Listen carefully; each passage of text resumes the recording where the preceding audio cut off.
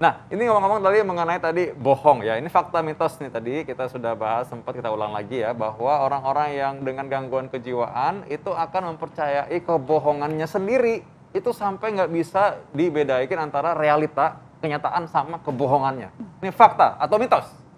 Dokter Viko, Dokter Sabrina, memang ini pernyataan yang sebetulnya sering terjadi ya. Apakah ini sebuah fakta atau mitos?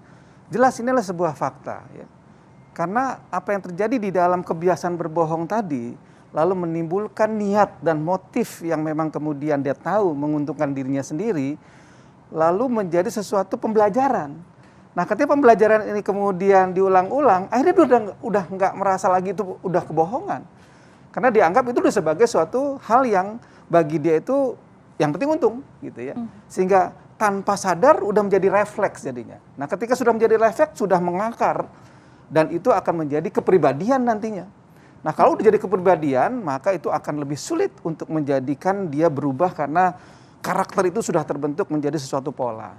Jadi mulai dari berbohong, tapi berimbas pada suatu keuntungan-keuntungan, lalu menjadi pengulangan-pengulangan, akhirnya membentuk karakter, dan akhirnya kemudian udah mengabaikan dampak-dampak yang merugikan di pihak luar pun dia tidak pertimbangkan lagi. Nah, kalau misalkan ada pembenaran misalnya, dia bilang bahwa ini adalah white lies atau kebohongan putih. Oh, ini kan demi kebaikan, makanya saya berbohong. Itu bagaimana, Dok? Nah, ini juga sesuatu hal yang sering dikatakan berbohong yang putih gitu ya.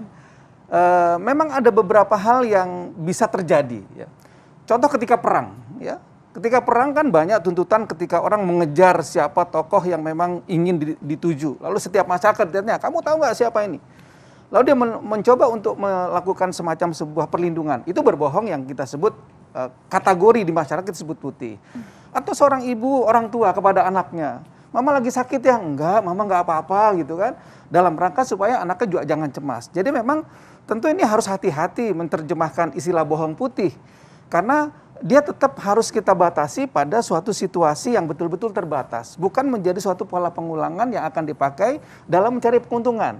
Karena kan tadi bedanya ketika perang, ketika anak atau dengan orang tua, dia bukan mencari keuntungan, tapi melindungi bahkan seseorang yang memang akan menjadi sesuatu yang berbahaya kalau itu disampaikan pada konteks realitas. Baik, kata kuncinya sebenarnya adalah mencari keuntungan dan untuk kebaikan orang lain sebenarnya. Kalau white lies harusnya bukan untuk keuntungan sendiri, berarti yang namanya kebohongan baik bukan untuk keuntungan pribadi lah gitu ya. Betul.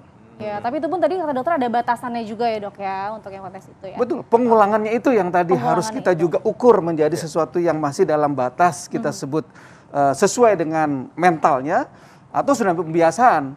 Kalau sudah menjadi tadi pengulangan pembiasaan itu yang jadi karakter dan bahkan kita sebut udah kepribadian antisosial itu Dokter Vito dan Dokter Sabrina. Oke, nah kalau orang yang seperti ini tuh dapat dicegah nggak sih, Dok? Contohnya misalkan punya teman nih, Dok, kita tahu nih dia suka berbohong contohnya. Bisa dicegah nggak, Dok?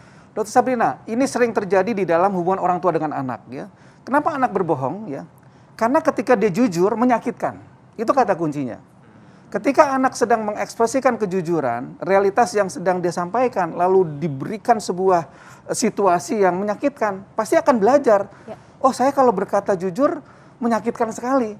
Akhirnya mulailah dengan mencoba untuk merekayasa cerita. Makanya pencegahannya seperti yang saya sampaikan, biarkan ketika ada sebuah realitas dalam tumbuh kembang anak, menyampaikan sesuatu yang belum sesuai dengan norma-norma, jangan langsung di-blame, apalagi dimarahi, karena itu akan menjadi cikal bakal anak belajar berbohong. Bisa dicegah sekali, Dokter Sabrina. Menarik sekali ya ilmu kejiwaan ini.